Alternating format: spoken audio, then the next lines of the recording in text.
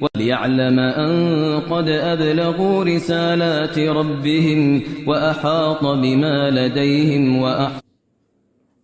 بسم اللہ الرحمن الرحیم نحمده ونصلي على رسوله الكريم اما بعد اعوذ باللہ من الشیطان الرجیم بسم اللہ الرحمن الرحیم وبشر الصابرین الذین اذا اصابتهم مصیبہ قالوا انا للہ وانا الیہ راجعون وعن ثوبان رضی اللہ تعالی عنہ عن النبی صلی اللہ علیہ وسلم ان المسلم اذا عاد اخاه المسلم لم يزل في خرفة الجنة حتى يرجع رواہ مسلم۔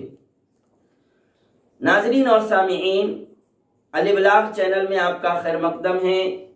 ہم آپ کی خدمت میں حاضر ہیں۔ آج جمعہ کا دن ہے 28 مئی سن 2021۔ آج کی نشست میں اور آج کی مجلس میں ہماری گفتگو کا موضوع ہے اسلام میں بیماری اور بیمار کی عیادت کے فضائل اور آداب۔ ناظرین اور سامعین، اسلام میں، ہمارے دین میں بیماری اور تندرستی، موت اور زندگی، خوشی اور غمی کا سلسلہ ابتدائے تخلیق آدم سے اور دنیا بنی ہے جب سے جاری اور چل رہا ہے۔ کوئی آ رہا ہے تو کوئی جا رہا ہے، کوئی تندرست ہے تو کوئی بیمار ہے۔ بیماروں کی بیمار پرسی اور مزاج پرسی اور عیادت کی جا رہی ہے، اور مرنے والوں کے لیے دعا و استغفار اور تعزیت کا سلسلہ چل رہا ہے۔ اسی کی مناسبت سے چند باتیں آج کی اس نشست میں پیش کی جا رہی ہے۔ ناظرین، ہمارے نبی پاک صلی اللہ علیہ وسلم نے بیمار کا بھی احترام فرمایا اور بیماری کو اللہ تعالیٰ کی نعمت سمجھا اور بیماری کو برا نہیں کہا۔ چنانچہ مسلم شریف کی حدیث ہے، حضرت جابر رضی اللہ تعالی عنہ فرماتے ہیں کہ آپ صلی اللہ علیہ وسلم حضرت ام سائب رضی اللہ تعالی عنہ کے یہاں تشریف لائے۔ جب وہ بخار میں مبتلا تھی تو ان کی حالت دیکھ کر آپ صلی اللہ علیہ وسلم نے فرمایا، تمہیں کیا ہو گیا جو تم کبکبا رہی ہو؟ انہوں نے عرض کیا، بخار ہو رہا ہے، اللہ اس میں برکت نہ دے۔ آپ صلی اللہ علیہ وسلم نے فرمایا، بخار کو برا مت کہو، کیونکہ اللہ تعالی بخار کی وجہ سے بنی آدم کے گناہوں کو ایسے دور کر دیتے ہیں، اور بخار کی وجہ سے اللہ تعالی بندے کے گناہوں کو اس طرح ختم کر دیتے ہیں جیسے آگ کی بھٹی لوہے کے میل کچیل کو دور کر دیتی ہے اور ختم کر دیتی ہے۔ اسی طرح ابو داؤد شریف جو حدیث کی کتاب ہے، ابو داؤد شریف کی ایک روایت میں منقول ہے کہ ایک رات کے بخار سے 1 برس کے گناہ صغیرہ، چھوٹے گناہ معاف ہو جاتے ہیں۔ اسی طرح مظاہر حق جدید میں ایک حدیث ہے، آپ صلی اللہ علیہ وسلم نے فرمایا کہ اللہ تعالی مومن بندے کے تمام گناہ صغیرہ اس کے 1 رات کے بخار کی وجہ سے دور کر دیتے ہیں۔ بہرحال بیماری اور بخار وغیرہ سے متعلق بہت ساری فضیلتیں احادیث پاک میں، احادیث مبارکہ میں بیان کی گئی ہے۔ ہم نے مختصر میں یہاں چند احادیث سنی ہیں۔ ناظرین، بیماری اور صحت، موت اور زندگی، مصیبت اور پریشانی، یہ سب چیزیں اللہ تعالیٰ کی طرف سے ہے۔ نبی آخر الزمان صلی اللہ علیہ وسلم پر بھی بہت سارے حالات اور مصائب اور بیماریاں آئی، لیکن آپ صلی اللہ علیہ وسلم نے تمام حالات اور بیماریوں کا مردانہ وار مقابلہ فرمایا۔ ناظرین، اسلام نے ہمیں یہ بھی ہدایت دی ہے کہ اگر آدمی بیمار ہو جائے تو علاج کرے، دوائی کرے۔ علاج کرنا سنت ہے، اللہ تعالیٰ کے کلام سے بھی علاج کرے اور ڈاکٹر، حکیم اور طبیب سے بھی رجوع کرے۔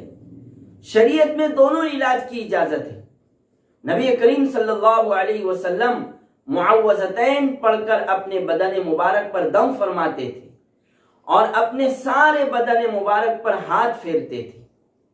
اسی طرح بسم اللہ الرحمن الرحیم پڑھ کر بھی آپ صلی اللہ علیہ وسلم دم فرماتے تھے۔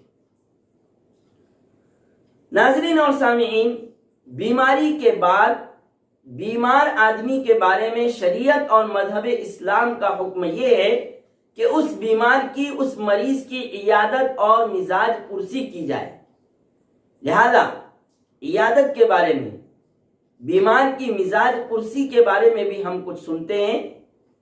عیادت کا معنی ہے بیمار کی، مریض کی زیارت کرنا، بیمار کی مزاج پرسی کرنا، اس کی خیر خبر لینا۔ اور عیادت یعنی بیمار کی مزاج پرسی شریعت میں مستحب ہے، بلکہ اگر بیمار کے کوئی متعلقین نہ ہو، اس کے کوئی گھر کے احباب نہ ہو، تو ایسے وقت میں علماء کرام نے فرمایا کہ اب ہمارے لیے اس بیمار کی مزاج پرسی کرنا، اس کی خیر خبر لینا، اس کی زیارت کرنا فرض کفایہ ہو جاتا ہے۔ بیمار کی عیادت اور مزاج پرسی کے بارے میں بہت ساری فضیلتیں احادیث مبارکہ میں آئی ہیں۔ شروع خطبہ میں ایک حدیث بیان کی گئی تھی۔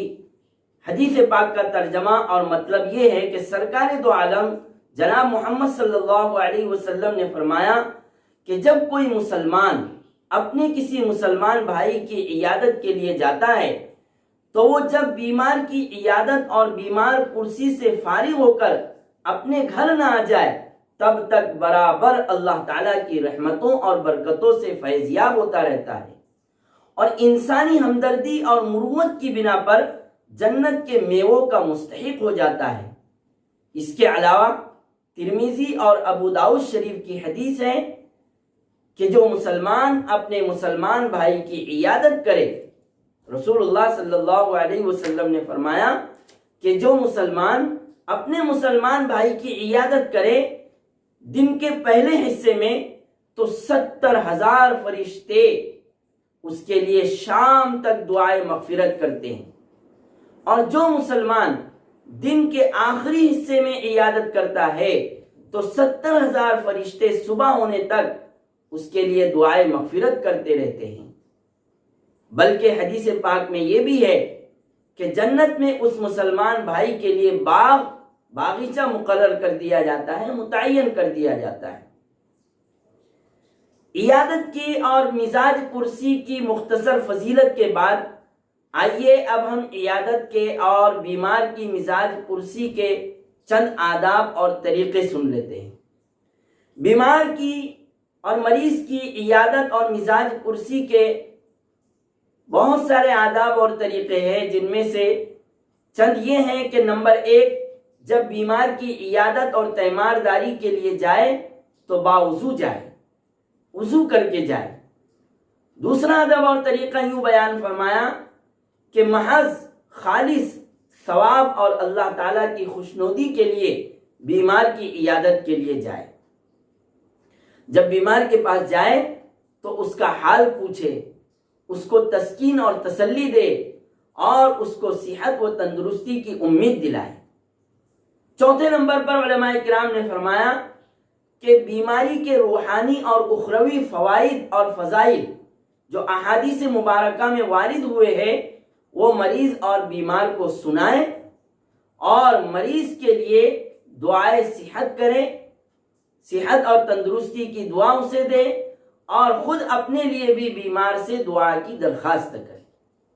اسی طرح 5ویں نمبر پر علماء کرام نے فرمایا کہ بیمار اور مریض آدمی کے پاس زیادہ دیر تک نہ بیٹھے، زیادہ تاخیر نہ کرے، زیادہ دیر نہ لگائے عیادت کرنے میں۔ مناسب ہے کہ جتنی دیر میں مناسب وقت میں عیادت اور مزاج پرسی ہو جاوے، مزاج پرسی اور عیادت کر کے واپس آ جائے۔ ہاں لیکن اگر بیمار کی عیادت کے دوران اور اس کی مزاج پرسی کے دوران اس بیمار شخص کا دل خوش ہوتا ہے اور اس کا دل لگتا ہے اور وہ بیٹھنے کو پسند کرتا ہے تو پھر اس بیمار کے پاس بیٹھے اور اس کو حوصلہ دے، اس کو تسلی دے، اس کے لیے دعا کریں۔ تو یہ چند آداب اور طریقے بیمار کی مزاج پرسی اور اس کی عیادت کے متعلق بیان کیے گئے ہیں۔ اور بھی آداب اور طریقے ہیں جو علماء کرام نے بیان فرمائے ہیں۔ اب انشاءاللہ اس کے بعد آئندہ مجلس میں ہم میت اور مرنے والے کے گھر والوں اور اس کے رشتہ داروں کی تعزیت اور تسلی کے متعلق انشاءاللہ باتیں سنیں گے۔ اللہ تعالی ہمیں عمل کی توفیق عطا فرمائے اور حالیہ کورونا بیماری اور کورونا بیماری سے ہماری حفاظت فرمائے، اس وبا کو جلد از جلد ختم فرمائے، اور اللہ تعالی تمام انسانوں کو عزت اور عافیت کی زندگی عطا فرمائے۔ سبحان اللہ و بحمدہ، سبحان اللہ العظیم۔